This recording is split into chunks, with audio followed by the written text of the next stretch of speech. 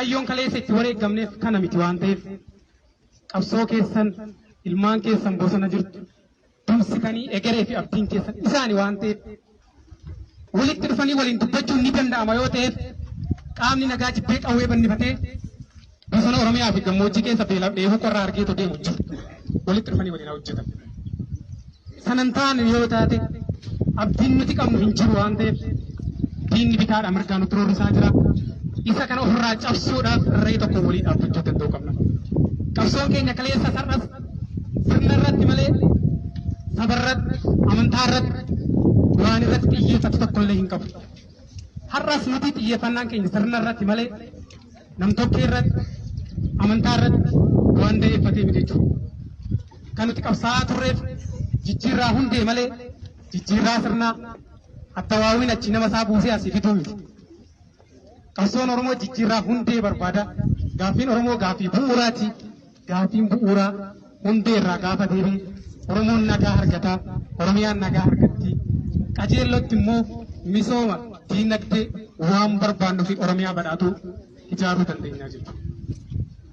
Oromoon ofii isaatii dhumee lafee cabee dhiiga isaa gabbaree haga yoomitti akka inni Itoophiyaa jedhan tana tursiisu hin beeku.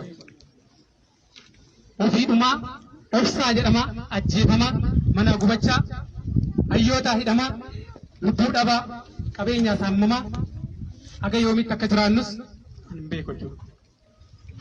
Kanaaf uummanni keenya waan deemaa jiru sirnaan itti ilaaluu qabdanii jechuudha.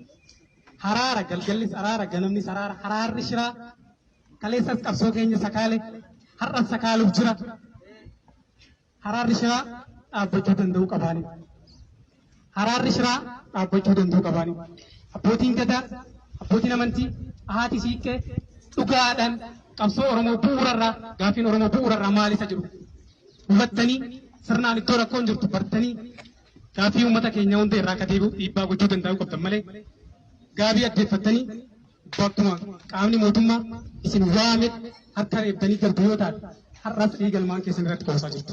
Boru seenaan isin gaafachuu jira. Isa kana laallee of qusachuu danda'uu qabdanii jechuudha. Kanaaf uummanni keenya har'as borus tokkummaa keessan